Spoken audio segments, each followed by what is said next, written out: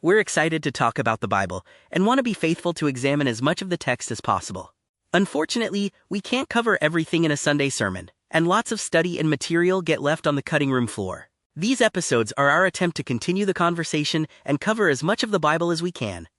So welcome to the cutting room floor. I like how Joshua starts, because it kind of just runs right where Deuteronomy left off. And the line that stuck out to me the most, just getting back into Joshua, was the be strong and courageous line that we saw reiterated towards the end of Deuteronomy like 5 or 6 times, and directed towards Joshua. So now as we kind of see, I don't know, a power shift isn't the way to put it, but Joshua is established as the new leader for Israel as they're about to go into the land of Canaan. I thought that was a great launching point. And it kind of framed up in my head, well, what is it he needs to be strong and courageous towards? Because where we last left off, then it's reiterating who God is and the relationship and the covenant, but then there's a lot of great detail in who they're about to go up against. And I think Joshua is an uncomfortable read, I think, for everybody. I almost said most people, but if I'm honest, there's a lot of the book that it almost feels like hard for me to look at. And I feel like a lot of what I want to talk about today, Rachel showed a picture of exactly how I feel.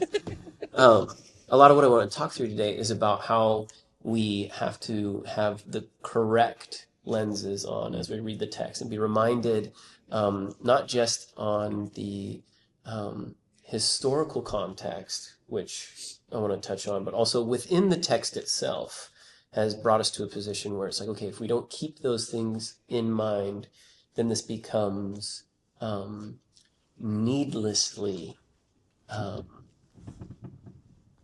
uncomfortable, where we are dealing with a tension, so I have a lot of questions around that. But the strong and courageous, I think, is a reminder not just to Joshua, but the reader that, hey, something is about to go down. It's about to get pretty intense. You had mentioned something on Sunday that I wanted to hear more about. The link between, it's a pretty quick moment, but between the name Joshua and Yeshua and Jesus and how we get there and Yahweh saves and all that stuff. And then the thing that was intriguing to me was the parallel that you pointed out between Joshua kind of sits in the middle if we wanted to look at 2 narrative moments of Moses is with the people when they go through the parting of the Red Sea. And now when they get to the Jordan River, then the waters stop and they pass through on dry ground. And there's this great moment of, members from each of the 12 tribes gathering a stone to be set up in remembrance of this moment. And then you had pointed out that, Jesus kind of makes a similar progress or trek as he begins his ministry as what Joshua or the people of Israel do as they enter the promised land. Do you have more details about that? Well, I mean, yes, and we're going to talk about that more and more and more. But that connection that I'm making in regards to Jesus, whose name is Yeshua, which is Joshua. The New Testament authors themselves are making these connections. And so they're writing in such a way that they are doing what's called recapitulation, where they're replaying the events that have occurred in Israel's history, because, of course, Jesus comes onto the scene and claims to be the full and final representation of Israel, the full and final representation of mankind, as well as the full and final representation of God. And so his actions that are listed in the gospel accounts, I think the gospel writers are almost at pains to display to their audience, which, for Matthew would be a Jewish audience. For Luke, it would be a Gentile audience. But Gentiles who, have some awareness or care about the God of Abraham and Isaac and Jacob. Mark's going to be similar to a Gentile audience, so he's going to have a little less detail, a little more action that's leading towards this kingly Son of God kind of thing.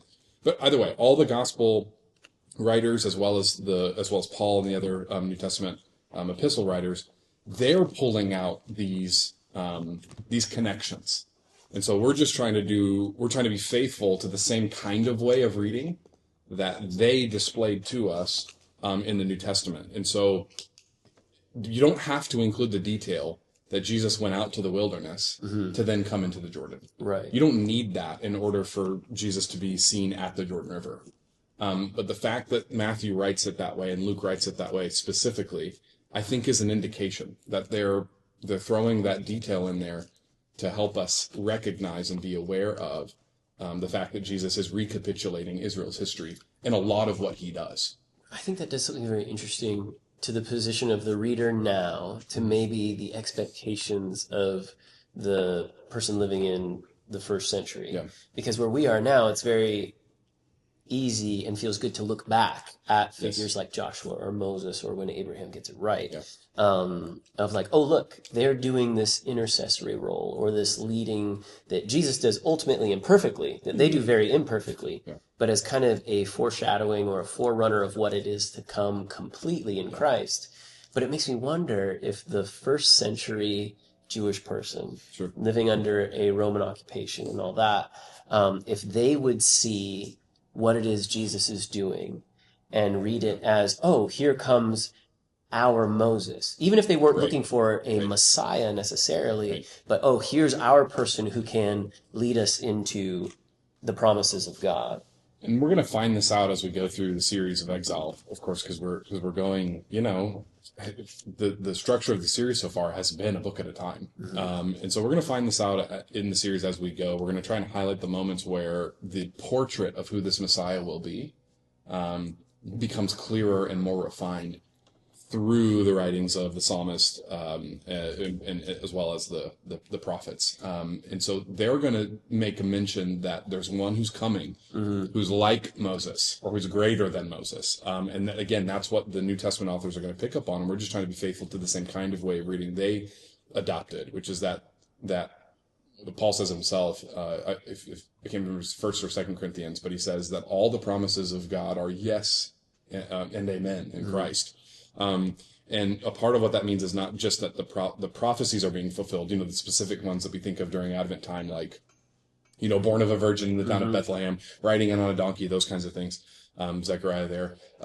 Not just those moments, but also how the Gospels themselves are structured and narrated with particular details on purpose to display the fact that Jesus is the ideal Israel. He is Israel in a symbolic sense. He is what Israel is meant to be. He is what humanity is meant to be. He is God incarnate. Therefore, whatever he's doing and whatever these gospel authors are saying he does are going to map onto the examples from the Old Testament as a portrait of the clarity that they were trying to give us with whatever they were able to see at that time. Whatever God was able to reveal to them at that time. He is now coming to be the full resolution picture of a blurry kind of understanding that was beforehand. So would the first century people have understood it? I think some would have, in the same way that, like, today, some scholars see or recognize patterns or see this thing linking to this thing. In the same way, I think the more familiar you are with the text, the more studied you are on it, and the more that you can enter into that first century or even, earlier centuries context, the greater your clarity will be, the greater your resolution will be to be able to see these little pinpoint moments of Jesus carrying these things out. Right. And more accuracy you can have in your expectation of, like, what is it that God is actually trying to achieve? Yeah. And the for instance of this would be like Hebrews chapter 4. For if Joshua had given them rest, this is Hebrews 4:8. For if Joshua had given them rest, God would not have spoken later about another day. There remains then a Sabbath rest for the people of God. For anyone who enters God's rest also rests from their work, just as God did from his. Let us therefore make every effort to enter that rest, so that no one will perish by following their example of disobedience. And then it goes on to say, for the word of God is alive and active, sharper than any double-edged sword. It penetrates even to dividing soul and spirit, joints and marrow. It judges the thoughts and attitudes of the heart. Nothing in all creation is hidden from God's sight. Everything is uncovered and laid bare before the eyes of him to whom we must give an account. So, like, these stories in the Old Testament. And then it goes on to talk about how Jesus is like the greater high priest. And the point that the Hebrew author is making here, the author of Hebrews is making here, is that Jesus is the greater Sabbath. And that in him we find actual rest. And we'll find an eternal rest when we pass away. So this is one instance. Paul in 1 Corinthians chapter 10 is going to talk about how the people were baptized in the Red Sea. Well, what were they baptized into? They were baptized into Moses' relationship with God that would then be given to them as well at Mount Sinai. So this is the way that the New Testament authors are identifying how these stories are both for our understanding of who the Messiah is, because that's what the whole Old Testament is pointing towards. But then also how we're supposed to, even the Hebrews passage here and the 1 Corinthians passage, 1 Corinthians chapter 10 passage, are how these things were written for our instruction. Right. So that we might learn from their disobedience, and instead of following in their footsteps, we would instead follow in Christ's footsteps. The gears are kind of turning while you're talking. I'm thinking about you've said again and again through the series so far that like exile isn't only physical, it's spiritual, right. And we're about to see the physical act of them entering the land of promise. Right? And we have, I guess this was the next thing in my notes, the commander of the Lord's army. Yeah. Who is that individual? Who do you guys think he is? I have an answer, but I'm going to talk about it. You said last night it was a Christophany. Yes, and great word. For those who don't know what a Christophany is, we believe it's a pre-incarnate appearance of the second member of the Trinity, who we identify as Jesus as a result of the New Testament. So yeah, that's what Rachel's over here whispering. That is Jesus. Yeah. Okay, so before we get into that, the entry into the promised land. Yeah, the promised land. Like the be strong and courageous part, where like God's having to be like, be strong and courageous. And I think it's like an encouragement, not so much about the military might as it is because what you're going to see is what they get so much in trouble with is the immersion in the law. Yeah. And so, and following the letter of the law. And so I think it's kind of like paralleled with the king and his kingdom. And even later in the Gospels, whenever we see people waiting for a king, right? You know, and they're thinking their expectations of what they're waiting for and what they get are two different things versus even maybe what Joshua is trembling in himself about as well as he passes through the Jordan and kind of type thing. And I don't know, I think that's what I was feeling anxious in too, maybe. But anyways. Well, I like what you're saying here about the strong and courageous. It's not merely be strong and courageous in the activity you're about to go do regarding warfare, for instance. The spiritual and the physical. Yes, I think they're linked together there, that the strong and courageous, because again, as you close the book of Joshua and as you get into the book of Judges, this is the thing that God is going to say over and over again, is that I'm driving them out before you. It's me. I'm the one doing it. Yep. I send the wasp, you know, the fear and dread of my name. He did the heavy lifting. Correct. Yeah. He's already doing it. So, but our task, ours, of course, I'm saying, you know, the royal our here, the royal we. Yeah. The task of the Israelites is to participate with the thing that God is already doing in their midst. He's going before them to do. And that's the thing. I think you're right. I think it's both and. He's calling them to be strong and courageous in their relationship with God. Stick with me. I'm gonna see you through. Yeah. And then also be strong and courageous as you do the thing that is a little bit scary. And I don't mean to interrupt you, Devin. I have a question too. When Joshua called together the tribes of Reuben, Gad, and half tribe of Manasseh, he told them, he's like asking them to kind of go hold your covenant and make way. Yep. And so they just go in and come out, right? They don't. Well, no, they actually go in and they are fighting the battles for whatever the length of time it is. We don't know the exact length of time, but it says in Joshua chapter 11, it was for a long time that this occurs. There is a point, I can't remember which chapter it is in Joshua, there is a point that they're released. Return and settle here. Yeah, to go back to there, because they wanted to take the land east of the Jordan, Right. not west of the Jordan. So Right. and you have a half tribe of Manasseh, who was it, Gad and Reuben maybe? Reuben, Gad, and half of Okay. tribe of Manasseh. So they're the ones who want to settle on the east side, and all the other Israelites are like, that's not fair. Yeah. We have to go in there and do stuff. Why do these guys not have to fight? And Moses holds them to a commitment that they have to be the ones that come in and are the vanguard, essentially. They're the ones that are the tip of the spear. Okay. And they uphold that. They Yeah. actually uphold that, we see. And they go in and they get to come out. And then I think that's interesting because, I mean, sometimes you want to take like a practical, right, from God's word or whatever. Mm-hmm. And sometimes you aren't meant to stay and dwell in a place. Yeah. That sometimes you're the one who kind of is, as you said, the tip of the spear that kind of goes in and prepares place and leaves. Yeah. Anyway. Yeah, God might have a different kind of formation. It's still the same formation. Well, I think in a transient community that we're in too, Yeah. it just it sits differently in this space with military constantly moving in and out. And anyway. Yeah, it's not always that my established roots. Well, and then even us, military and a ministry, not that we go intending to leave, a place in a couple of years. That's not our intention and not what we're doing, but But who knows where God may call. Right, and we have to stay faithful to that, whatever that is. Yeah. We have to stay faithful to whatever the commitment it is that we have made. And there's a way in which I've heard it this way, that the half tribe of Manasseh, Gad, Reuben, these guys, they were looked on with some judgment, like they weren't doing their end of the... Correct. That was going to be my question, is there an indicator why Reuben, Gad, and Manasseh? Well, so they beat up on Sihon, Og, and these guys, and they I can't remember who it is they remove on the east side of the Jordan there. There's a people group that they remove from that space, and they then go and inhabit it.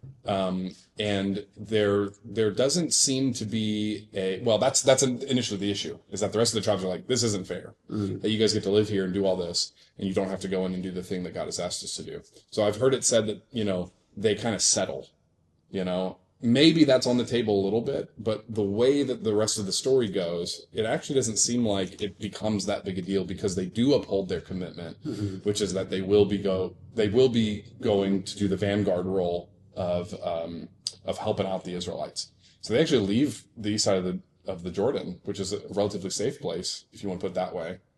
Because you can't just cross the Jordan. Right. It's not how that works. Yeah. We think of, we'll just cross a river. It's not a big deal, but it actually doesn't. Yeah. It's much harder, especially when you've got, potentially up to 1 million people. How wide is the Jordan? I actually don't know. Okay. I actually don't know. We can know.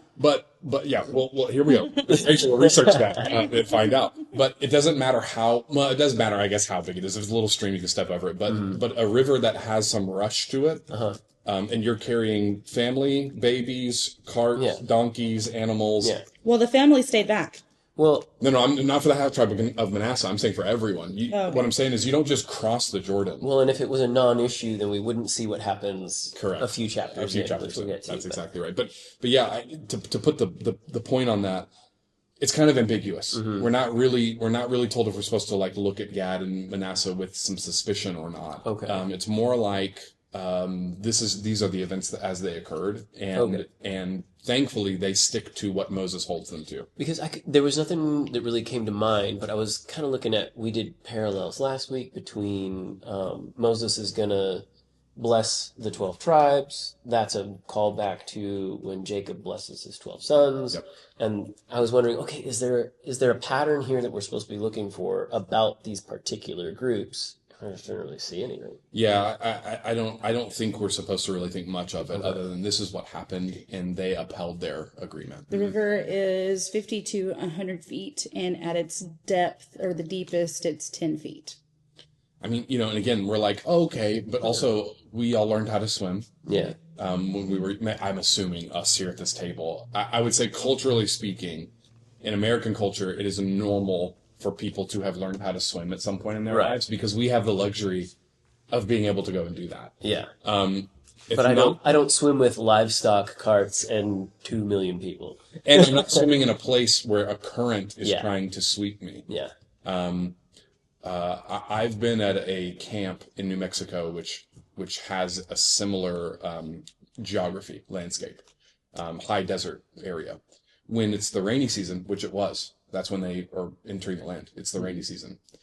In the rainy season in a high desert, what you'll have is a swell of water pour down the mountain, Right. or pour in from other places. And if you have rivers, or what we had in New Mexico, they were called arroyos. They were drainage ditches. You can see them in LA. That's what all those concrete ditches are.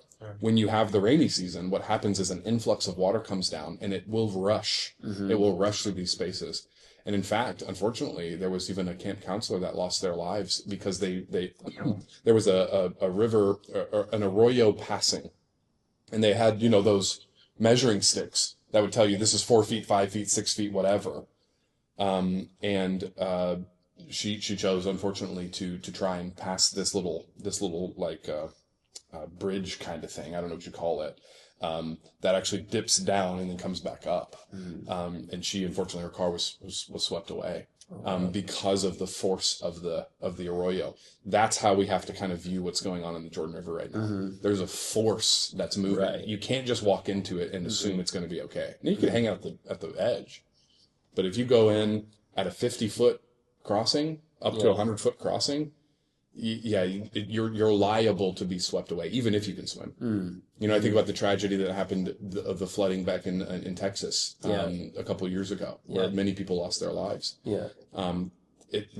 That's maybe not quite the force that we're looking at here, but it's something similar. That's an interesting way to think about borders in the ancient world too. Not just as like, well, we can use this waterway as a landmark to divide these two areas. Right. Like, well, it is also It acts as a barrier. Yeah, it's hard to pass. Yes. Huh. You can't just do it. Yeah. It's the same with mountains. Yeah. There's a reason that you have mountain citadels. You can't just get up to it. Yeah.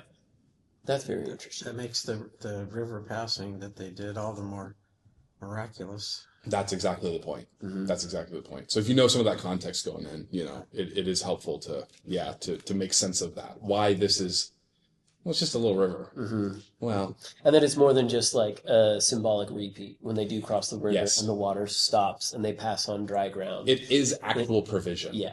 Yeah, there is actually a miracle that occurred here. It's not just like, oh, well, the river was just dry that day. Which, It's not what which I think, there's multiple things going on where it's like, okay, I think the way the story is laid out is on purpose trying to establish that Joshua is now the new acting Moses, pretty much. And he's doing all the same things, same conversations, same covenants reestablished, same miracles happening That's as right. the people move through. And again, that's to like God's credit and character, Correct. not to Joshua.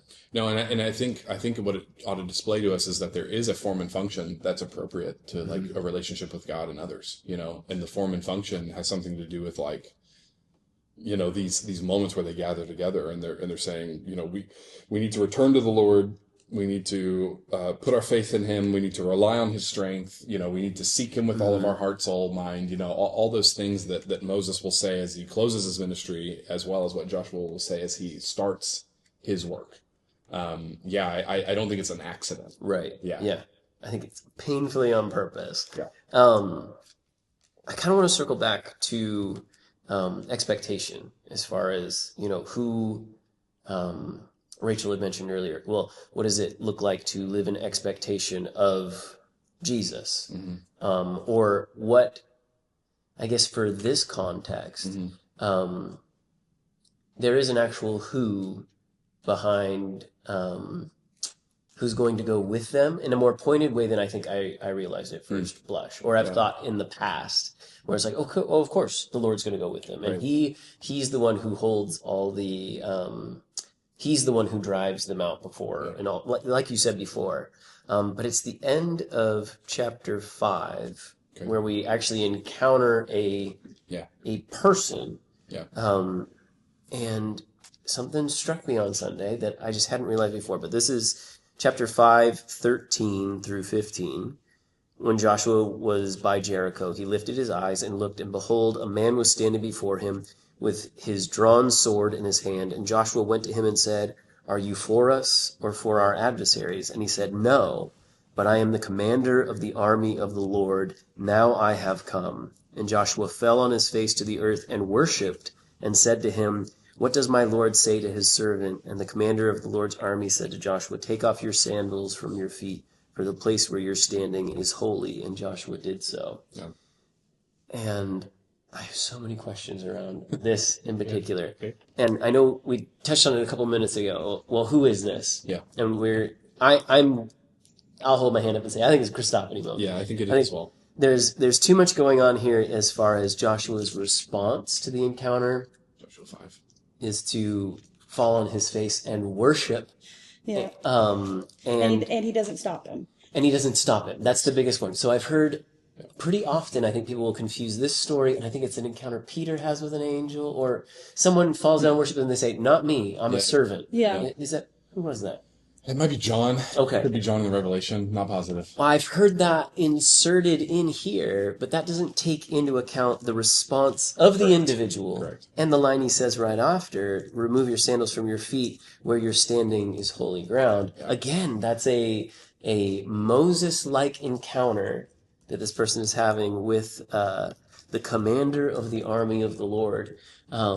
My first question on that is, do we see that title used anywhere else in the narrative? Oh man, Because it kind of seems like a standalone. Hold on, we'd have to search that because Okay. I don't actually know off the top of my head if there's any other allusions to that. But I think what's the title that we're the commander of the army of the Now, Lord. now I will say what's interesting is that when Jesus is on the cross, what is said of him is, you're the Son of God, can you not command? Yeah. Or rather, is it Jesus saying that I could command legions of angels to come rescue? That's it. Yeah. There it is. That's what it is. We're talking Pilate, I think. Okay. But isn't also and there's also times whenever isn't there a moment when he talks about us being, or don't you know that you'll be That's Paul. You don't know you're going to judge angels. judged? Yeah. Okay. So what I think is very interesting about, if that is a standalone title, but the action and posture and the response of the individual is all very directly linked to the Lord. Yeah. I just found that super fascinating.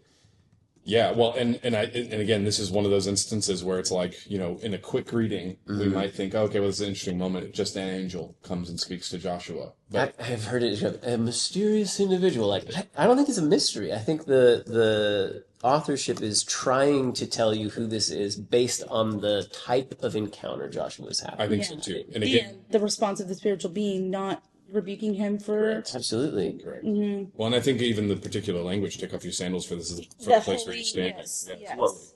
That's Moses language. That's Exodus chapter 3. The burning bush and the Yep. yeah. And I'm gonna Exodus fix chapter 3, there's another part where I'm like, well, wait, hang on.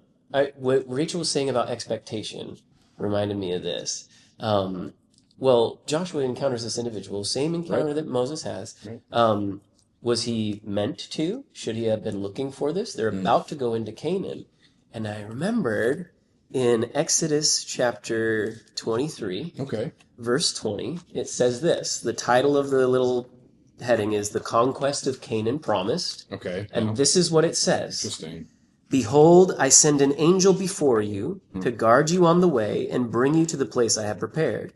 Pay careful attention to him and obey his voice. Do not rebel against him, for he will not pardon your transgressions, for my name is in him. Wow. But if you carefully obey his voice and do all I say, then I will be an enemy to your enemies and an adversary to your adversaries, which is so very close to the dialogue that Joshua just has with this individual. Which Right before they go into Canaan. Which actually then we're going to need to link to the angel of the Lord appearance in Judges chapter 5, which we'll get to this Sunday. But no, that's fascinating. My That tummy just did flip. my name, my name is in him. If you listen carefully to what he says and do all that I say, I will be an enemy to your enemies. So it's fascinating that the That's response. crazy. Joshua asks the question. Correct. Yeah, 'cause he's he says looking for this neither. person. Well, he asks, "Are you friend or foe?" And he Correct. says neither one. But then, Well, but the answer is contingent upon how the Israelites respond. Which absolutely has to do with the Lord's agenda and carrying out Correct. his will partnered with his people, not the people utilizing the Lord to accomplish their will. Joshua is not the commander of the Lord's army. Correct. And if the war that's about to happen in Canaan isn't physical Only. but spiritual, then this is what we need as we go forward. Good pull. So that was one of the things that struck me on Sunday, is for as uncomfortable and unsettling and violent as the rest of the book of Joshua, or the majority of the rest of the book of Joshua is, I am thoroughly convinced that it is not a ethnic or governmental conquest. Correct. It is a spiritual one. Well, because everything else is under that. Yes, I agree. Well, and then actually the text goes on to say there in Exodus 23, I will send my terror ahead of you and throw into confusion every nation you encounter. We read that at Jericho. Well, yeah, because Rahab says, we've heard. We're melting in fear. Mm-hmm. I will make all your enemies turn their backs and run. I will send the hornet ahead of you to drive the Hivites, Canaanites, and Hittites out of your way. But I will not drive them out in a single year, because the land would become desolate and the wild animals too numerous for you. Little by little, I will drive them out before you until you have increased enough to take possession of the land. That's exactly what we see happen in the book of Joshua. Mm-hmm. And it's mentioned that way. And actually, that's what then the angel of the Lord in Judges chapter 2 comes and talks to them about. I think it's at Gilgal. I'm trying to remember the exact location. But anyway, that's a fascinating link that I had not, I was not thinking about at all. And again, when you slow down to read this way, this is the kind of stuff you uncover. But that's interesting that there is an initial, wave of action that's going to occur with Joshua. But we've already been told in Exodus 23 that it's going to go little by little, and that it's the Lord who's really doing the work. But and that you he have will to participate. send him to do it. Yeah. So that, to link that to what we were saying about the parallels between Joshua and Jesus, to me, that does that then take the statement of the commander of the Lord's army saying, I have come to confirm what it is that he's about to do as they enter the land. If Jesus is doing these similar actions and locations as he's about to begin his ministry, is the very acts he's doing also a declaration of, I have come? I agree. If they're ready to recognize him. I would say yes to your question. Yeah. It makes it God very sets it up exciting. there, it sounds like. Yeah, that's phenomenal. I hadn't considered this passage in light of Joshua chapter 5. That's a great recognition of exactly the story that we read already being called out. Again, and we've been saying this in regards to the spiritual element of exile, about the circumcised heart. This is also true of the Canaanite conquest. And I like what you said. You said something in there. This makes me a little less comfortable with how it's all going to play out, because it's not just that God commands the wiping out of peoples. It's that he is going to remove them from the land, not in a death way, but in a movement from their current location to somewhere else, so that the Israelites can inhabit those spaces. But it's not just carte blanche annihilation. Yes. Which, to be very honest, is something I have to exercise in calling to mind as I read the book of Joshua. For sure. So this is another one of the things coming off of Sunday and having talked to you through the week. We were going to share a video by Gavin Ortland, and hopefully people went and looked that up, because it was very informative, very helpful. And I'd seen it before, watched it again, and found it very, very useful, and went back into the book of Joshua to go through it again, and with this equipped in my mind, and then thinking like, okay, now I'm going to see it through a different lens. And it is still a very hard read. It's still uncomfortable. It is still very, very difficult. So what do I, and this was the distinction I wanted to make. If people went and watched the Gavin Ortland video, he does an excellent job of arguing hyperbolic language and context of ancient world warfare language and all that stuff. What does it mean to conquer a city? Are these, military bases, or are we talking, civilian occupied places? All that stuff. But what can I do, help me as the reader within the context of the Bible, to be able to read it through that lens? Because while all that is helpful, and I would agree with, and I find very useful, it doesn't quiet all my fears in the same way that, the story still has to be consistent within itself. So I think the tension that I'm feeling like just to put it as difficult as I can, is I believe it's not until chapter 13 that I started to recognize, and maybe I missed something, that I started to read any sort of drive them out language. Prior to that, there's a repetition of the dialogue of we spared no one, over and over and over again. Young, old, men, women, blah, blah, blah. And the video is very helpful for all that. So I don't want to spend too much time reiterating all that you shared there. But if I'm just in here, where can I, and I know it's in there, where can I be reassured that God's initial charge to the people isn't we'll just wipe them out? Where is the driving out language, which I believe is in Deuteronomy? It is. And then there's also language of like, well, don't intermarry or do particular types of dealings. How can you do either of those with a people who is completely wiped out? So keeping those things framed in my head, but where is that within the text? You have to get, okay, so if you could lay out Joshua in a framework, you've got the entry, right? 1 through 4, 5, and I believe it's 6. Yeah, 6 is on the end. And so that's where you're getting like kind of like the entry of Joshua taking over. Then 6 through 12 is like it's the conquest. It is all of the battle, and this is the plundering and the take them all out, kill them all the way. Like really in 11, it's like every other verse is just like, and all of them were dead and all of them were killed, women, and there was nobody left. Like that's all of it. And then 13 through I believe 20 is the rearranging, because they've gotten the land now, and it's like the rearranging, like the real estate. It's like a real estate agent giving out all of the different tribes their land. And then 21 through 20, whatever it is, towards the end is where Joshua is kind of, all of a sudden he's old, and like we're seeing him kind of give his charge a little bit about how to live this out well now that you've been brought into this land, and this is what, don't intermarry, don't, all this. And so that's where you see that is at the end in 21, I think, right? 21, 22 is where you see that. I believe that it's mentioned prior, though, in Deuteronomy, though. Oh, and a lot of other places, too. I'll get you intermarry? Or what do you mean? No, the intermarry, I think, comes in Numbers, and also it's the command of Joshua, which, again, is an indicator that there wasn't just total annihilation, but here's what Heiser says in regards to this, because I was actually doing some study on this particularly. There are a range of verbs for what the conquest was supposed to do and what it did do, several of which don't speak of killing or annihilation. For example, garash, which means to drive out.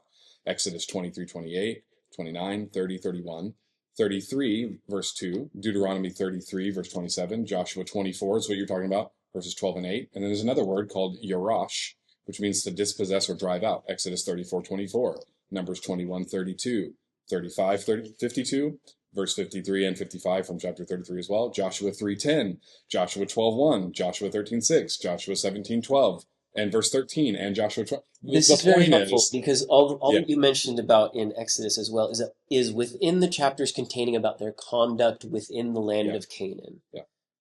That's very good. So there's a lot. Preservation of the people to get them to a place. Well, for Israel for sure, but also, but I think what I'm hearing you talk about is okay. Well, that's uncomfortable for us because why would God command such a difficult thing?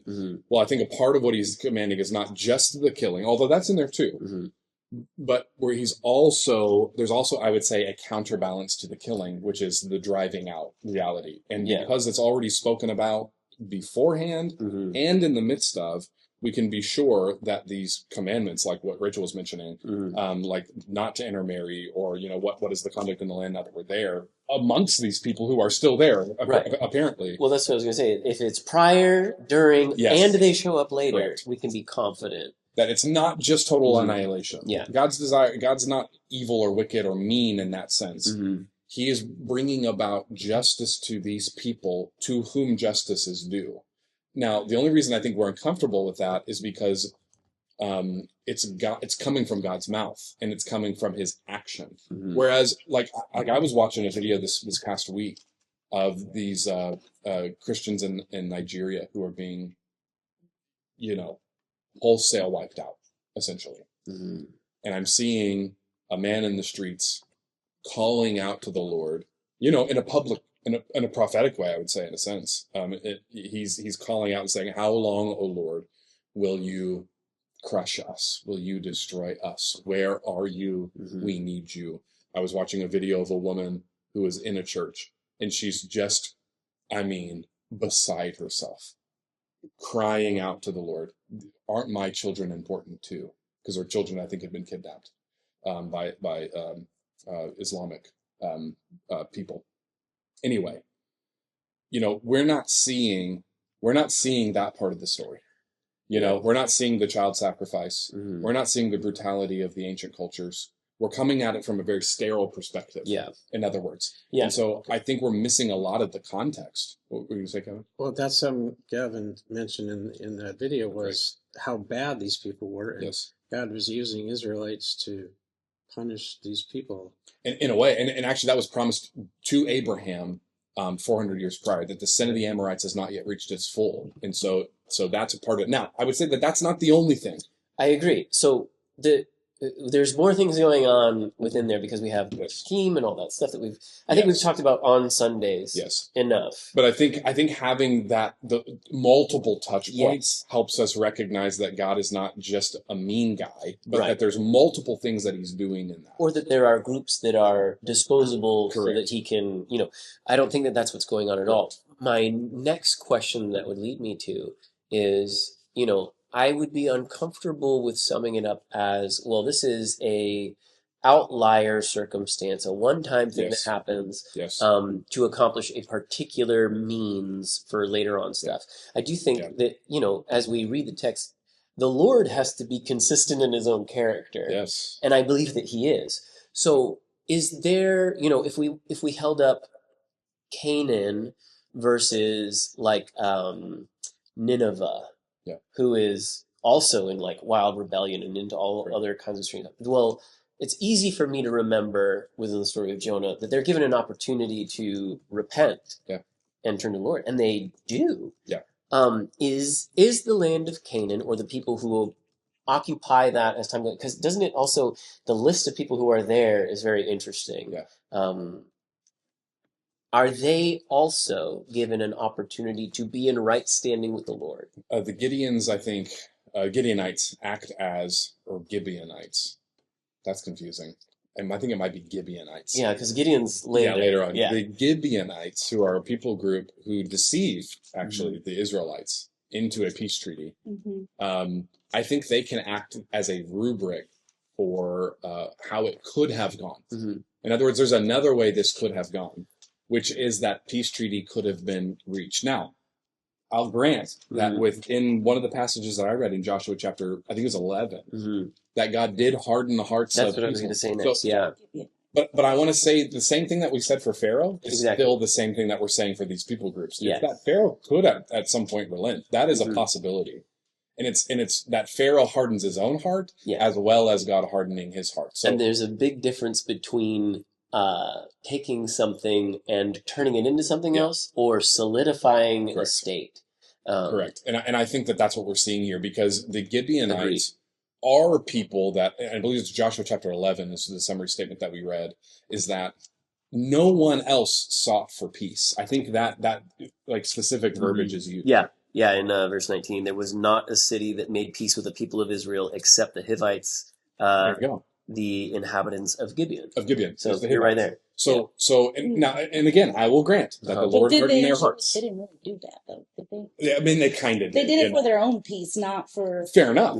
But, but a part of that peace that they received is that their recognition is of these people are powerful and God's with them. Can I do a little aside? Yeah. This is one of those moments, too. Okay, do you ever, watch a movie and, whenever they're, they don't tell the full truth in the moment. You're like, just say what actually happened. Yeah. Like, why are you only like? Why wouldn't you? Right now's your moment to say, Right. well, this Explain isn't. it all. Just Yeah. explain it all, and Yeah. you're just letting them believe that that's what happened. Yeah. And this is the same moment, like a Rachel and a Leah moment, Right. and who receives the blessing, the son that is Jacob and Esau. Yeah, Jacob and yes, Esau. Yeah. yes. Okay, this is like one of those moments where it's like, you my God, and it's like, or yes, I'm going to marry you, Right. and it's like, Right. but those moments in the Bible, it's like one of those. It's another moment. It's like, no, why can't we do takebacks? Like, because like that doesn't actually work. But I think like within the tension that's here is if I remind myself that this isn't the initial launch point. You know, it's talked about in Numbers and Deuteronomy. Like this is going to be the conduct and the response of both people in play. Then it does it sets me up to know how to encounter it a little bit better. If I forget those things, then I'm like, well, we are feeling around in the dark, you know? Why not just say it for what it is? Well, it's already been said. Yes. Now it's being walked out. Right. Yeah. And as uncomfortable as that is for us, I think if we link all the things that we just said together, it is God's will that Israel would inherit this land. Mm-hmm. Like that is his will. And he has called that out. Mm-hmm. He said, this is what's going to happen. Surely the people have heard about the Israelites who are out there who are filled with joy. We read it in Exodus 23. Yeah, this and is the what ones God's that didn't go run in fear or get out the way, they even got like, you know, like let the door hit you on the way out kind of type thing. It's like as the Amorites retreated down the road from Beth-Horon, the Lord destroyed them with a terrible hailstorm from the heavens that continued until they reached. Well, and again, why is it that we have these instances where we have either total annihilation language, or even in the retreat we have they got to get away, but they were not really. Yeah. But God throws the hailstones at him like he did in Egypt. Why is it that is the case? Well, we need to go back to our nexus of different points that create the larger point, right? Mm-hmm. It's judgment, it's the giants, it's the context and culture. Touch on that? See, and I think we need to, because I think this is one of the more important elements of the story too. Can I hit pause before we get to giants? Because there's one more detail that I think I don't think it feels weird to say that you have to defend or advocate for God's judgment. Right. That belongs to him. I think we agree with that as Christians. But if I had to present this for a non-believer, as uncomfortable as this read is, and I don't think that as a Christian I'm expecting to get to a point where I can flip through it and be like, yeah, well, this is fine. Right. I believe it's supposed to feel unsettling. But part of that is because it's unsettling to read about people in rebellion to design and right relationship with God. Correct. And so the consequences of that are also uncomfortable. But and our framework is so individualized too, that's how we think of things. Well, like and my concept of human rights and all those things that I bring to the text, they push against this cultural norm instead of like when David and the men went to war. Like, what? That's just a regular thing you guys did? Yeah. Like, that's their culture. Yeah. So my culture presses against that. Well, even if we're holding one culture up against another. Yeah. I understand. If we take for what it says about what the land of Canaan is doing and what it is specifically the Lord is putting a stop to, if you truly believe that there were people who were doing what it says that Canaanites were doing, and again, go watch the Gavin Ortland video, and it's in the text too. There's, wild sexual practice and infant sacrifice. And just brutality generally. If you heard that was happening at whatever place, we would all advocate that must be stopped. Yeah. And if the opportunity to stop is not yielded, then something has to be done. And it's one of those moments where if someone asks well, why doesn't God keep bad things from happening? Right. Well, when he does, then we also go well, why would he do that? Well, what do you want? Gosh, it's such a good point you're making. We judge God for this narrative. Yeah. And then we also judge him when he doesn't step in. Well, so which one do you want? I do that in my own heart too, because it's I want the Jesus who is very loving and merciful and kind to me, but please don't judge my own sin. Correct. It's but also, I need that. How dare they cut me off in traffic, Lord? It's like we are that way. Thanks for supporting us by watching. Don't forget to subscribe and click on the bell to receive notifications when we post. Yeah. Okay, so this is kind of one of the things that I wanted to kind of talk about is practically how do we apply this to our everyday life, and how do we square with the God being the God that we read here, Yeah.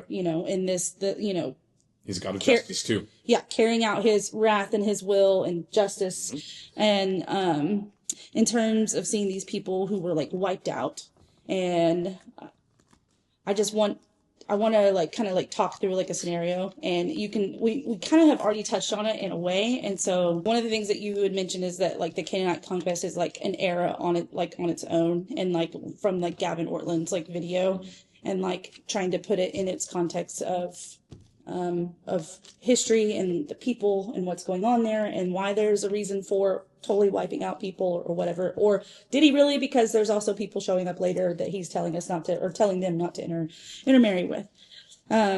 So some of these events, if I'm quite honest myself, I have a hard time with seeing young children suffer the consequences of the sins of their fathers. Principally speaking, what do we do with the stories like Korah in the Moses reign, and then Achan and Joshua's?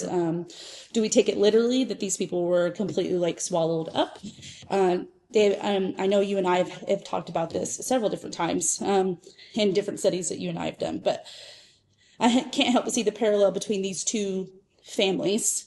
In Moses' time and in Joshua's time, where Korah doing I think it was the worship of false gods and different idol worship and different stuff that he had going on in his clan. And then the other one with Achan taking portions of the plunder and hiding it and keeping it for himself. Now, he came clean and he fessed up to his crime, and it's hard to take this situation and see how the consequences translate to an everyday Christian, like misstepping and trying to like recalibrate their own faith for like a new believer who are desperately trying to get their life in line with Christ, and then read something like this and go, well, dang it, like, like, I'm going to get me and my kids and my goats like stoned, and so like that, I just think that it seems merciless. Is that the merciless? Yeah, merciless. Not And merciful. yeah, and so how do we instill hope into a new believer who is fresh to the text, seeing a whole family get stoned? And what are the implications for the modern believer, and your choices that are in misalignment, the effects maybe for your children, or for your family, or even for your community that you involve yourself in? What's the encouragement for the generations like 1 to 2 and even 3 years removed, trying to redeem their family line, maybe? Like from even like their parents, like trying to like redeem what their family has done. Now I understand we get to put all of this at the cross, right? We get to see this. That would be the first part of the answer. With Jesus, because he redeems all of that, right? Yeah. But practically speaking, not to say that there isn't a principle or the essence of the law that can still be applied, right? So, what do we do with this? Yeah, it's a great question. I think number one, what we do, and you've already kind of alluded to it, is that we recognize that in Christ, the way that we relate to God and the kingdom that he brings is not merely earthly. What God is doing in the Old Testament is he's trying to establish this kingdom of priests. Well, they need a land to do that in where they can actually thrive and live. So that's a part of it, is that the land that Abraham was shown, this middle ground touch point of history place that we all still read about in the news to this very day.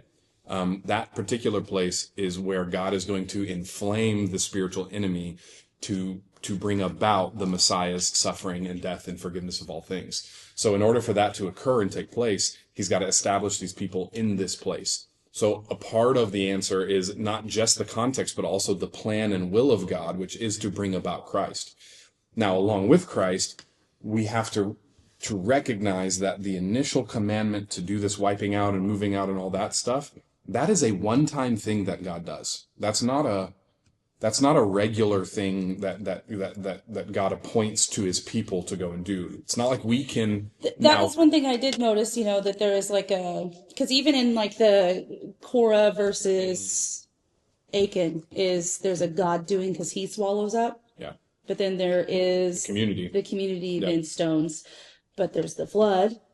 Yeah, yeah. And again, all of this is going to swirl around some particular event or reasoning that God is aware of and understands and sees past just the immediate time frame on into whatever his plan is and why this act is necessary in this moment. I think the answer to it kind of takes both sides of it, in a cautionary sense and in a comforting sense. Yeah, I agree. In a cautionary sense and a redemptive sense. Yes. In that, well, like I said before, I'm uncomfortable with the idea of this being a one-time outlier incident. And the reason why I don't believe that it is if we would agree and affirm that the language and imagery that's used is not a wholesale absolute genocide, Right. that it is a driving out because of the actions of the people. I think the caution for the believer or for the people within this text is at the end of the book. Yeah.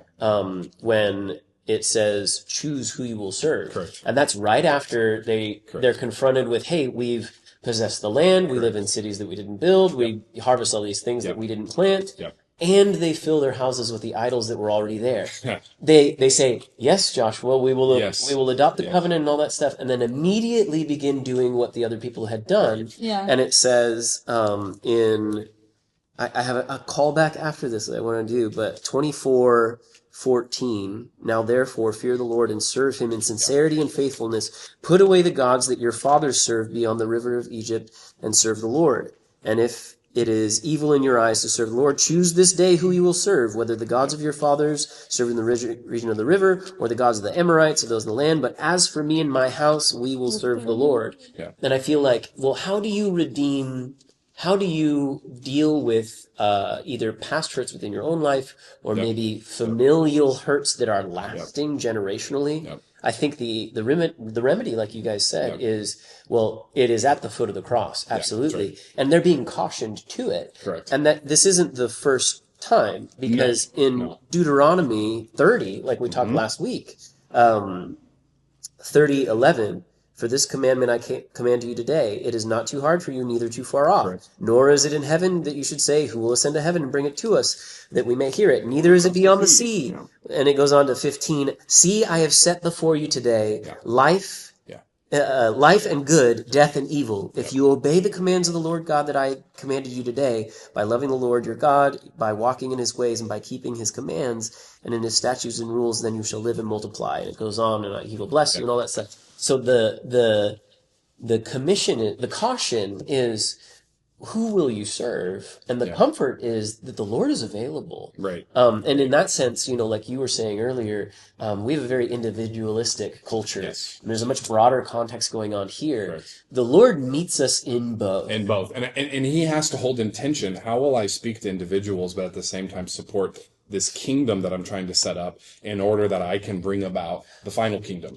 That's what he has to, there's a tension there. And he's not willing to compromise either on what the kingdom will look like, because when the people do not uphold their end, they'll get rid of the idols for a time, but when they take it up again, what is the consequence? Yeah. It is the same kind of thing that just happened to the people of Canaan, where they are driven out and slaughtered and taken into captivity. That also gets applied to the people who have just taken the land. That's right. So for instance, let's draw this into, we need to actually, you've answered the question well, but we need to get back to like the heartbeat of the question here. But I just want to say this too. For instance, if I wanted to set up a society, let's just say we're going to become now a commune, everybody here at this table.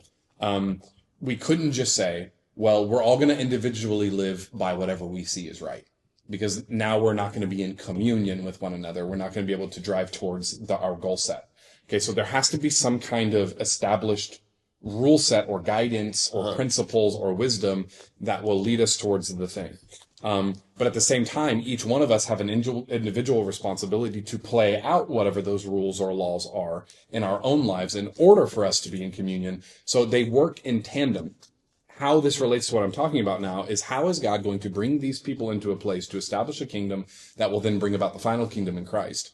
Well, he has to do some kind of event to kickstart the thing. Mm-hmm. Well, how is he going to get these people in here? He has to make good on his promises. He has to maintain his glory and honor, and he has to lead these people towards that end goal. How is he going to do that?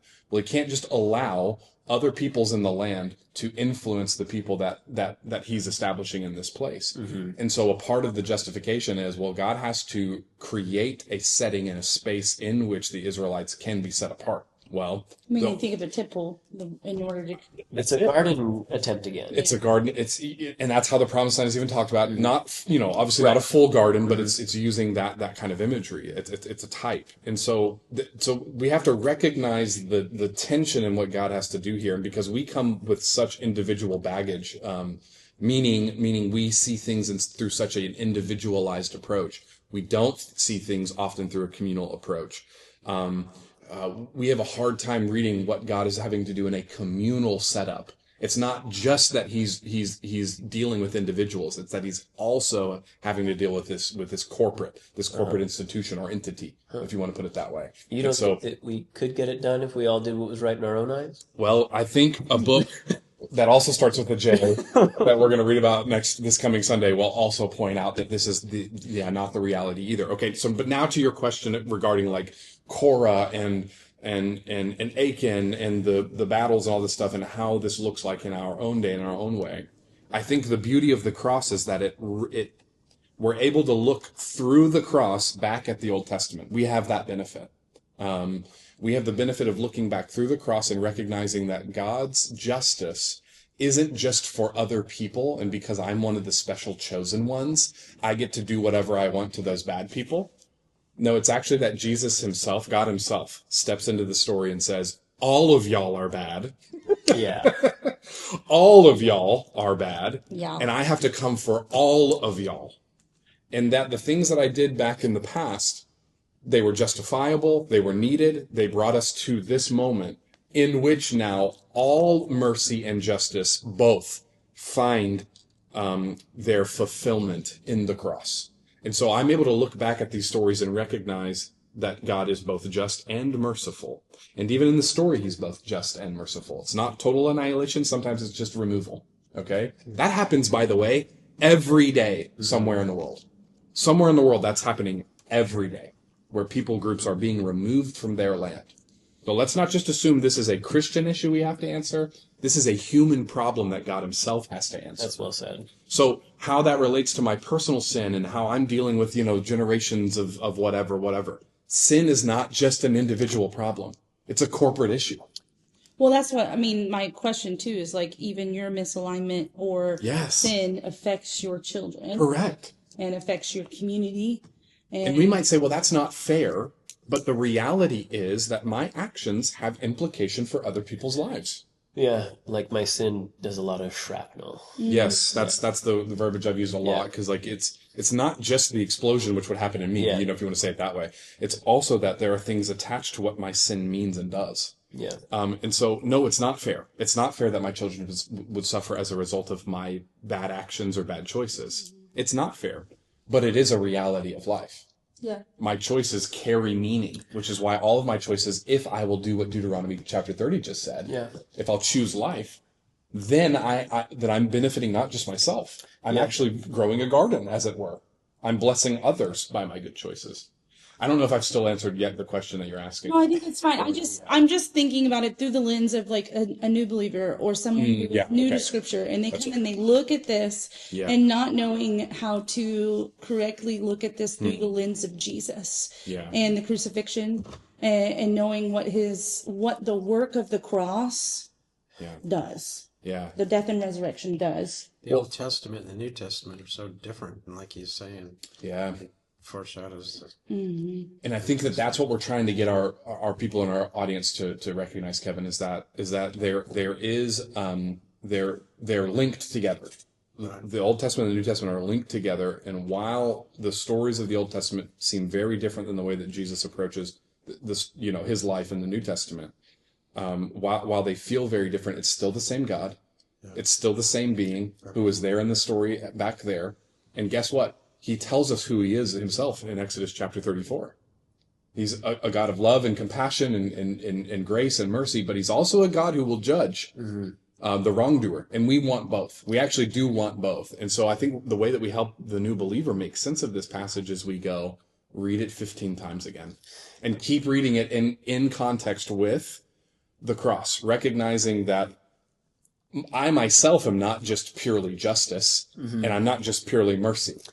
I have that within my own self too. I know this is not everybody's framework, but knowing that we all have different wiring too, Yeah. and the way that we give and receive information.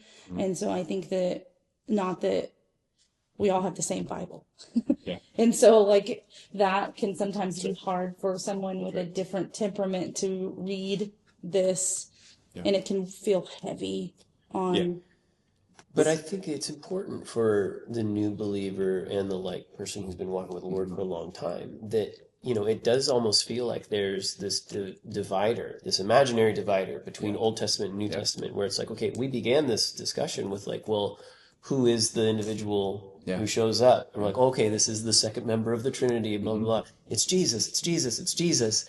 If that's him, then he's not a different Jesus in the Old Testament than he is in the New Testament. Correct. God has not changed his mind in the way that he deals with, I think the way that you were framing it, the human problem. Correct. And so Correct. what he does through the work of the cross defeats the human problem and rescues the individual. Because he's dealing with a nation back in the Old Testament. So that has a particular way of action. But in the cross, it's universalized now. So it's no longer for just a people group and a nation state that he's trying to develop. It's now for all people everywhere. Agreed. And I think it does something to the scales in a healthy way on both ends. Yes. If I was going to say that well, Jesus seems so loving and gentle and meek and mild, and he is those things, but he is also a God of justice. And my brother put it one way, and it stuck with me my whole life. A God who doesn't judge isn't just. Correct. And you want justice. You do. We need and in more ways than just one, not just in a, when will I be rescued? When will this bad thing be put to an end? Correct. And the Lord answers both of those things. And so in my mind of the God of the Old Testament feels very judgy, and the God of the New Testament feels very loving. Well, it's the same God. So I need to approach the way that I approach Jesus in the New Testament with a level of reverence and respect and awe that I would frame the Old Testament God in, because they are one and the same, and not rob the acts of God in the Old Testament of the love and compassion that he displays in the New, because it's not void. It is there. But I think the problem is very real, like you were saying, Rachel. If you were reading this for the first time, how do you get there without... It would be very hard to do let's just read Joshua and you tell me what you think of God. That's not enough. If that's the only bit someone handed you, it's okay, wait, I need to know the person of Jesus, not through a single book, but through what he's displayed in his entirety, And I think what we're trying to do here in this discussion, as well as in the entire series, is trying to recognize that the story of the Bible, while it has all these activities and things going on, the story of the Bible is God's self-revelation to us, that we might know him and have a relationship with him. And it must do something. And it must do something to us. And that's both in the Old Testament as well as in the New Testament. The laws that God is giving are not optional. This is, if you want to be with me, if you want to know me, and if you want to have a blessed life that brings about flourishing, then you'll live this way. Choose this day. Yeah. That's it. I mean, you see, because even Achan, he gets crosses the River Jordan, and he's, hides away the things that he has. That's right. He's in the divine plan. He's within it. And his greed overwhelms him. And he's still, he's in the promise, physically standing in it, and then it gets removed from him because of his actions. That's right. And it's just it's like it grips you a little bit. But then you also have someone like Rahab. Yeah. Yeah. An outsider outside of all of that. Yes. No bloodline, no claim to that whatsoever. But because of her faith, she is grafted into that. And what I love about her is she's not even a standalone individual in that we'll keep her. It's no, her and her household, follows her in faith to what she aligned with. She gets to join in her. That's right. Which holds for the narrative so far throughout the entire story. So if you're willing to participate, then you are in it. It's almost like you could take this, because they tied the red ribbon too. You can literally go whoop and like lay it back over like what happened in, the word. The scarlet thread. No, the blood on the door. Oh, right. but this in Passover, this is yes. So this is I don't know who initially came up with this idea, but that is the scarlet thread. Yeah. Okay. That runs throughout all Scripture. That there is a thread going through the whole story. I didn't know that. Utilized. We're using Rahab. Rahab. Okay. They use that as the image to talk about how Christ is the point of the story from the start to the finish. And you're right. It is incomplete if I just lift Joshua out and I go, well, I don't like this God. Well, but hold on. What is he dealing with? Correct. And Correct. what he is dealing with in a broad sense is a human problem. What he's dealing with in a personal sense is my own heart. Correct. And so what I need is I need the circumcised heart. We just keep coming. We're going to keep butting up against this reality that I need an inner transformation that I can't work within myself. And I'm going to try. The Bible's going to show us. We're going to try a bunch of ways. We're going to try institutions. We're going to try governments. We're going to try anarchy. We're going to try all these ways. It's not going to work. Yeah. Now, I said, hang on one second, like 20 minutes ago to Kevin. I want to steer back to what you said, because everything we just talked about dealt with human conflict and human rebellion with God. Kevin was about to bring up a really good point. The spiritual go for connection with the giants. Yeah. Yeah. So I pull a lot of I won't pretend like I'm the guy who came up with this or I'm so smart. I mean, we're using a lot of Michael Heiser's language here to talk through what we believe is the spiritual signals that the text itself gives us. And again, we looked at this, I believe, in Joshua chapter 11. It's like the latter part of that chapter, where right before it said that the land has rest, what's expressly talked about for a paragraph, repeated even, is that the Anakites were removed from the land. And we know that the Anakites are a particular tribe or particular group of descendants from the Nephilim, who are those giants, who are that mixed bloodline of spiritual rebellion, spiritual rebel and human. Which I think this is a point that I just want to reiterate over and over and over again. Anytime we bring up the Nephilim or the Anakim or the Rephaim or whatever, where it's like, okay, this is a intermixing between spiritual rebels and human, that again, what God is dealing with is not an ethnic dispute. Correct. It is spiritual. So in no way are we trying to frame this group of people, it's okay too. Correct. Ethnically cleansed. That's not even on the table. Spiritually. Yeah, we're talking about a spiritual cleansing. Yes. Let me read to you what Heiser has put here, actually. Definitely. Those who have read The Unseen Realm, which is his book, know that I have an atypical perspective on the conquest, specifically the contention by many that the Israelite conquest was an indiscriminate genocide of the inhabitants of Canaan.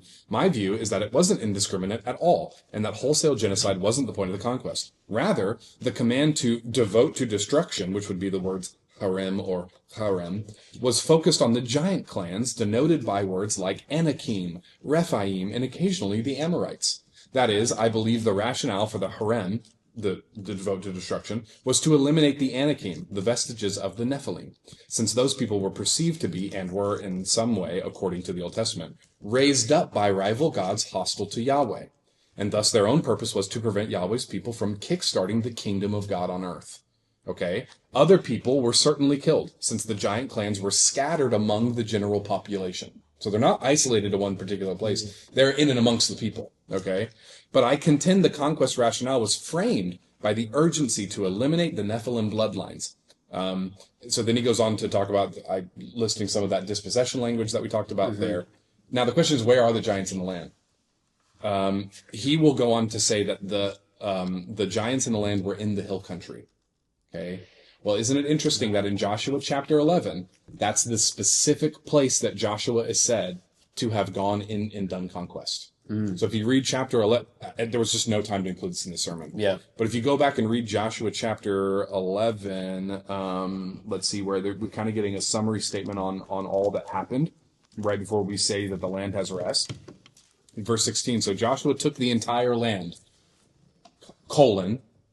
the hill country, first thing mentioned, all the Negev, the whole region of Goshen, the western foothills, the Arabah, and the mountains of Israel with their foothills from Mount Halak, which rises towards Seir, to Belgad, and the valley of Lebanon below what? Mount Hermon. Here's another spiritual signal again. because that's believed to be the headquarters of the Lord of the Dead or the serpent. Yes, which we covered maybe, I don't know, a month back or whatever. But then also which rise towards Seir. Seir is also a mountain that's mentioned in Ezekiel. Yes. Another mountain. It's a list of high places in opposition to God. Correct. That we see through the rest of the biblical narrative. Correct. Yeah. So there's this spiritual language here on purpose. So if the giants are located in the hill country, you would expect to find that language being used by Joshua as a rationale for where they went and what they did. Here it is, Joshua chapter 11. We're seeing precisely that. At that time, this is verse 21, Joshua went and destroyed the Anakites from the hill country. From where? From the hill country. From Hebron, Debir, and Anab, from the hill country, repeated, of Judah, and from the hill country of Israel. Joshua totally destroyed them and their towns. No Anakites were left in Israelite territory, except for in Gaza, Gath, Ashdod, did any survive. Okay, we know that they show up later because guess who King David's going to fight? Yeah. But then that's when the entire land finally finds their rest. So the rationale that Heiser is using, and I actually believe is one of the prongs of a defense for, or an apologetic for, why this is okay for the Israelites to do, is that they are going to remove or push out the giants that are a spiritual threat to the Israelites in the land. And why we don't see that carried out again and again. And again and again and again. Because what's left after this is the Anakites are dealt with, the Rephaim are dealt with, because Og is the last of the Rephaim we hear. Okay, so Og is dealt with, the Anakites are dealt with, the Amorites are dealt with. So now what's left are only these stragglers who are among the Philistines that we're going to read about. And then after David and Goliath, and David's brother defeating Goliath's brother, we don't hear anything about giants after that. In the sermon, you mentioned something about wiping the giants out was a connection to the line for Jesus. Yeah, because How does that work? And we dealt with this when we were looking at Genesis chapter 6. If I'm the devil, okay, and I'm trying to thwart God's plan, which is promised in Genesis 3:15, Right. to have one born of woman. So who are we looking for? We're looking for a human born of woman, a man born of woman, who's now going to come and defeat me. He's going to crush the serpent's head while the serpent strikes his heel. So how would I be sneaky and strategic to create an issue, to delay or defeat God's plan, to bring one born of woman? I need a counterfeit born from a woman. Yeah. So here come the spiritual rebels of Genesis chapter 6 to mix up the bloodline of humanity and produce these giants who will not only just be in the land, but will lead the people away from the spiritual connection to Yahweh. Right. Okay? So that's my great plan as the devil, to try and thwart all this stuff. That's when God sends the flood. Okay, but we know that there's giants even after that. Right. And Why are they still giants?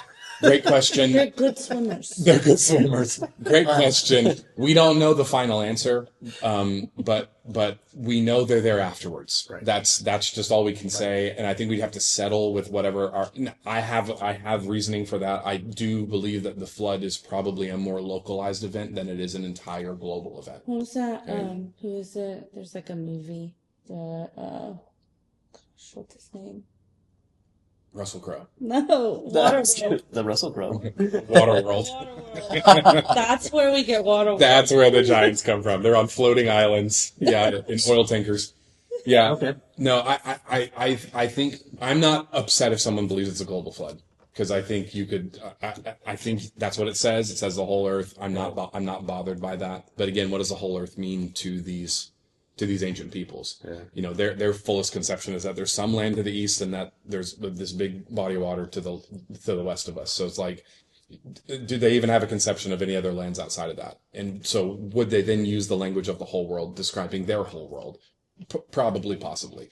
So I don't think the flood is an entire global situation. If someone does, fine. We can still be friends and believe in the gospel of Jesus Christ together. That's not a bother. But either way, the giants still somehow pop up in the land later on. Right. And we don't get another rebellion narrative of spiritual beings coming back down. So it seems like there would have to be some consistency from the first Genesis 6 mention to the peoples that are there left afterwards. We don't know why that is. We don't have a perfect rationale for that. We just know that it's the case. Okay?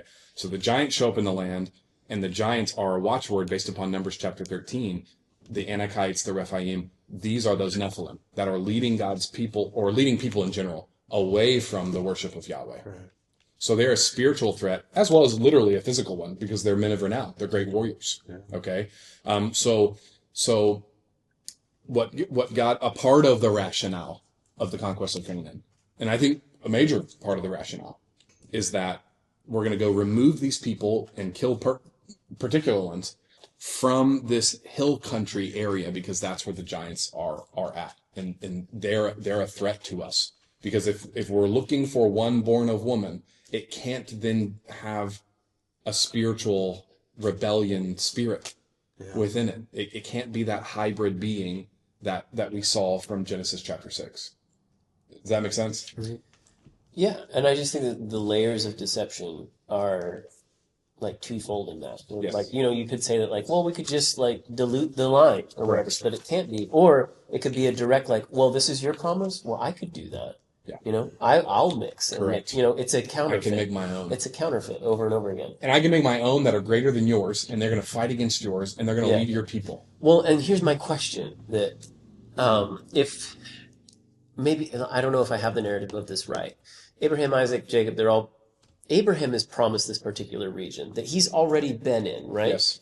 And then him and his descendants go into Egypt, and during that time, this land is reoccupied by all these people groups. And then when we come back hundreds of years later, there's cities and all this stuff. What I'm wondering is, within the narrative, if it is like, well, one born of woman will come, like, well, we'll make our own spiritual counterfeit. And if this is the land that's supposed to be occupied by the chosen people, well, while they're gone, we better go occupy these high places and all that stuff. I'd never made that connection before, that it's not a arbitrary, like, well, there's people here already and we have to get rid of them. We have to take our spot back. Like, no, I think it is who will occupy this promised space that the Lord has claimed. Like, when there's like, you will go here and you will go here. Yes. And there's, you were talking about spiritual beings over particular areas or whatever, but this area is for Yahweh. Correct. Well, let's go claim the Yahweh space. Correct. Is what has happened. Yeah. From the sons of the serpent. Yeah. Who are the giants. That's a whole nother layer I had never considered before. Yeah, and I think it's an important justification for the conquest. Because now, and again, I'm not saying that, so what that doesn't mean for us in modern times is, now we need to be looking for the giants. Yeah. Where are they? How can we remove them? That's not what we need to be doing. What we're trying to say is that this was their viewpoint. This is their viewpoint. Yeah. And so we're dealing with their viewpoint. Whether or not we understand the biology of a giant, or all that stuff, that's not the point. It's a spiritual point. And it's not your charge or mine to defeat that. Correct. Because who is it who crushes the serpent anyway? Bingo! It's Christ. So that's the whole point. And actually, the way that the spiritual narrative progresses, we're going to find hints of this actually in Jesus' time on earth. Yeah, we're going to find a lot of recapitulation about him dealing with the sons of the serpent. Yeah, this is one of the things from last Sunday. I feel like we did a fair amount of talk about, and this conversation. Yeah. It's a little not out of balance, but a lot of talk of human tension and all that stuff. And so far in our slow walk through the Old Testament, it's been a lot of human rebellion, spiritual rebellion. Yep. And I'm glad we got to talk more about the spiritual rebellion side of it, because I think it's particularly on the table in this conflict. Big time. And that's why I think if you were to chart the progression of the thing that God is doing, he's bringing these people out of slavery. He's giving them a law that they would live by. Now he's establishing them in a land. Well, where's the story headed? I mean, that's the question we need to be asking. In other words, God is going through a right order of how you establish and create a people, which he said himself in Deuteronomy chapter 32, that after the Tower of Babel, he disinherits all of these nations to be led by other spiritual beings on the divine council. And he is going to inherit his own nation, which we then see in Genesis chapter 12. He creates his own nation. Romans chapter 4 talks about this, that there was no people of God until God appointed Abraham to become that. And so whatever God is now doing with these people is he's got to get the story moving towards the Genesis 3:15 promise. We have to have this one who's born of woman who will come to crush the serpent's head. So that's the thing that we're looking for, and the rest of the story from here on out is going to now start zooming in on. I like that language that we reasoned earlier. Is zooming in on who that individual is going to be, because we need physical rescue from exile because we're not in God's presence. We're not in need anymore, and we also need. But first, we need a spiritual rescue from exile, and in order for God to have a place or a space in which his people can produce the spiritual promise, which is also physical, right? It's not just a spiritual promise. It's also a physical promise that a baby, a man, a human is going to come and do this. But we need that answered as well. And we need those somehow answered together. And so we have to look for the identity of that person as we keep reading the story, you know? And every subsequent person is like, oh, is it going to be Joshua? Is Joshua the snake crusher? He's beating giants. Oh, well, it turns out, you know, the people aren't really on board, you know. And I think it holds to the narrative so far. When the people go into a land that is full of idolatry or captivity or anything like that, they depart and then immediately become that. You know, when they were in the wilderness, they became like Egypt. And now it's like, okay, we've taken the land of Canaan. It's like, well, how does the book end? It's with a choice is laid on the table. Correct. And we know where it heads. I think there's even a part whenever they're out in the wilderness and with Moses that they want to go back. Oh yeah, all the time. Yeah, there's specific times that are mentioned. You're right, 100%. But there's a prevailing wimpy human nature. Like, this is too hard. This is too hard. We want to go back. It's not too hard. But that's like expressly what Moses says, right? Deuteronomy. Yeah. Deuteronomy 30. So, you know, and I think the reason this book is so challenging for us is because this you know, topic of genocide is so difficult to deal with. But I think if we can frame it correctly, I think it benefits us in the long run, because now we're recognizing the wisdom of these texts and what God is actually doing. We can see how the story charts from this moment to the next iteration of the story. You know what I'm trying to say? Like without these stories, we're missing what God is doing in the formation of his people. And actually, I just said this phrase by accident. Joshua is a snake crusher because he's a giant slayer. Do you know what I'm trying to say? Yeah, I got you. So like he has a you know, but his victories are absolute. Yes. Yeah. Yes. So we're looking for the final.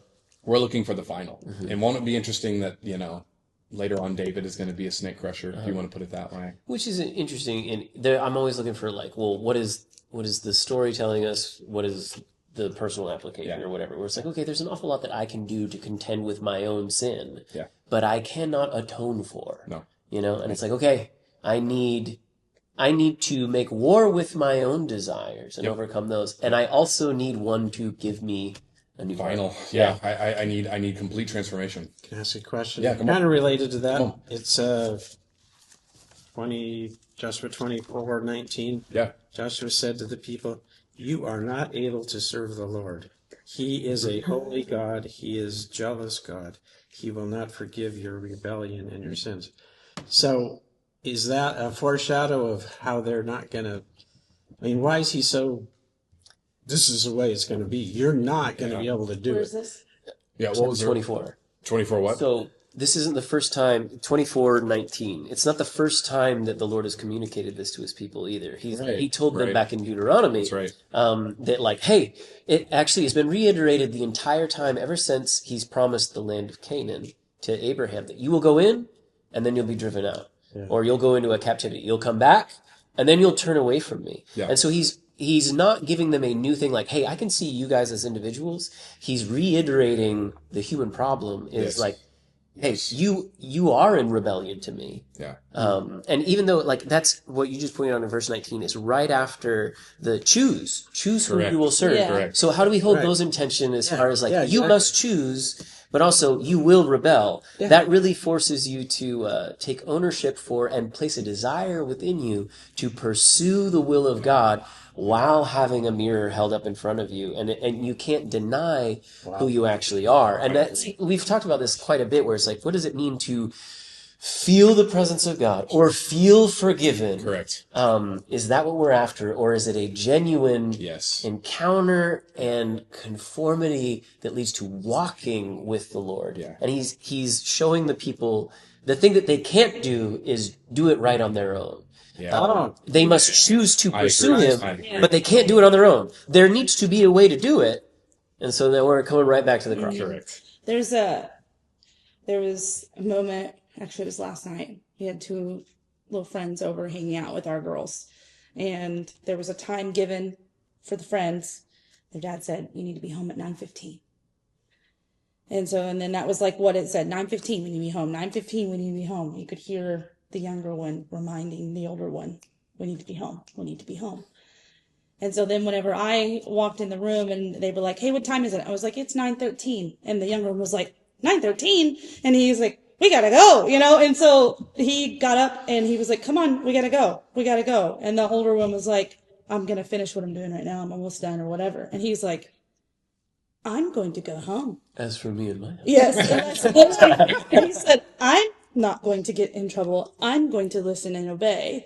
And he just gets up, turns, and walks out. And I looked at my girls and they were like, There you go. that's a choice. And then the older one kind of sat there, looked around, and goes, okay. And then did the thing and was like, that's the right choice, and got up and walked out, which was really interesting, to see that this here, you have a choice that you have to either choose, and you can either choose not, because our God is a holy and jealous God. Yeah, well, and I was thinking, as you guys are talking this out a little bit, I'm thinking about this is the central issue. It's I have a deep desire to honor the Lord, but then I have these immediate moments where I'd rather do whatever I want to do right now. Finish the next level.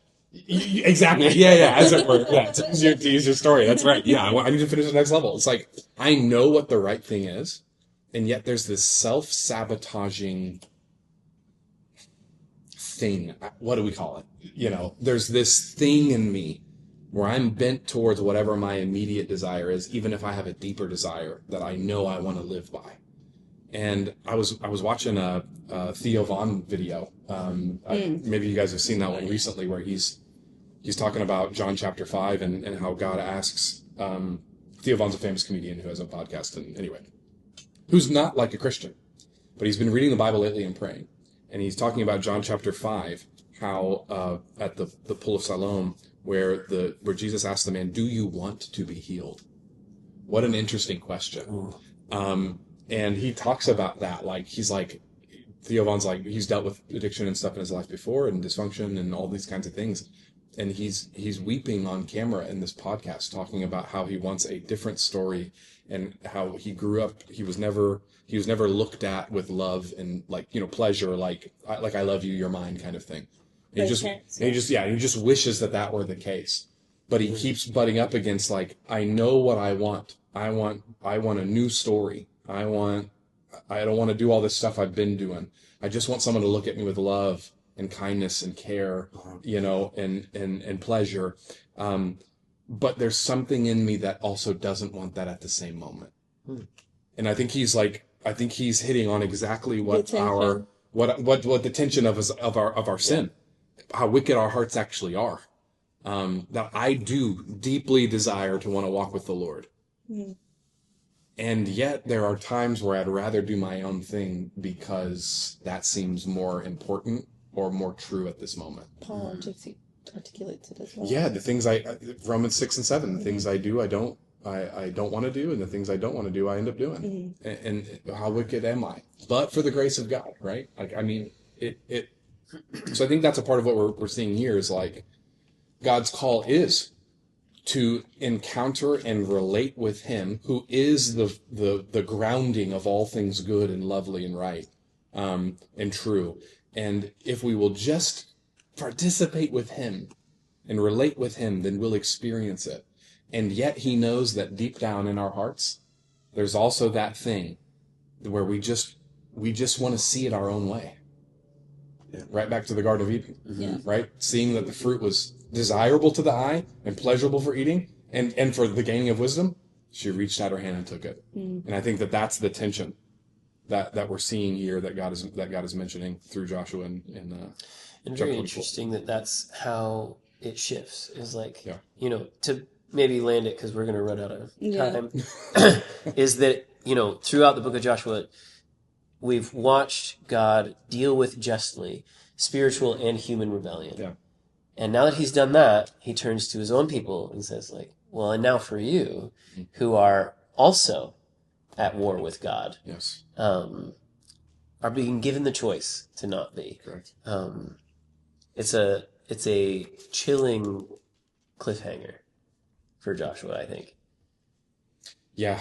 And yeah, so the question is, what's next? Yeah. You know, and obviously we know we're going to go to the book of Judges, and then we're gonna do a kind of a high level overview of Judges. Judges is likewise not a pleasant book to read. But hang in there for Ruth, everybody. We'll get there. Yeah, we're gonna get to a love story at some point. We're gonna have a good time somewhere in here, but yeah, I mean, I think a part of what we're seeing in here is not God saying violence all the time is what will produce flourishing. I think what His desire is that we would have rest. But how do we have rest? It's only going to be based upon a relationship with Him and relating to Him on His terms and in His way. Oh, with what you were saying about do you want to be healed? I'm thinking about there's not a tension between justice, grace, and mercy. Yeah. We need justice. Yes. But does grace and mercy get offered to anyone who doesn't ask for it? Yeah. Right. Oh. Yeah. And I think the Lord would say yes in some larger sense, right? Like you think about Job, Sure. you know, like I allow the rain to fall on the wicked and the righteous. So like I think He's consistently granting us mercy and gifts from above. All good things come from the Father of lights, right? Like we know that from the New Testament. So like he desires that in His good gifts and in the book of nature, as Paul would, you know, talk about in Romans chapter 1 and 2. Right. Like you can see my goodness clearly displayed for all of you. All you have to do is reach out to me. Paul, Acts chapter 17. None of you are far from God. Right? You just have to reach out and you will be able to find Him. And so His invisible qualities are able to be understood. And so He gives us general or common graces. But in a right relational sense. See, there's the difference. There's the difference is that there has to be an initiation. There has to be an allegiance handing over. And I think that's what Joshua's charging the people with. Who are you going to give your allegiance to? You know? It's there if you'll take it. Yes. Yeah. Yeah. But God's ultimate statement is going to be, man, you can't do it. Not really. Not truly. Not finally. You can't do it. You're gonna forsake me. And he knows that's what's going to happen. And that, you know, so we close the book of Joshua kind of like, okay, we're in the land, you know, I guess an exile has ended. But it's a really mixed bag because Joshua commands these people to get rid of the idols that they've gotten within his own lifetime. Yeah.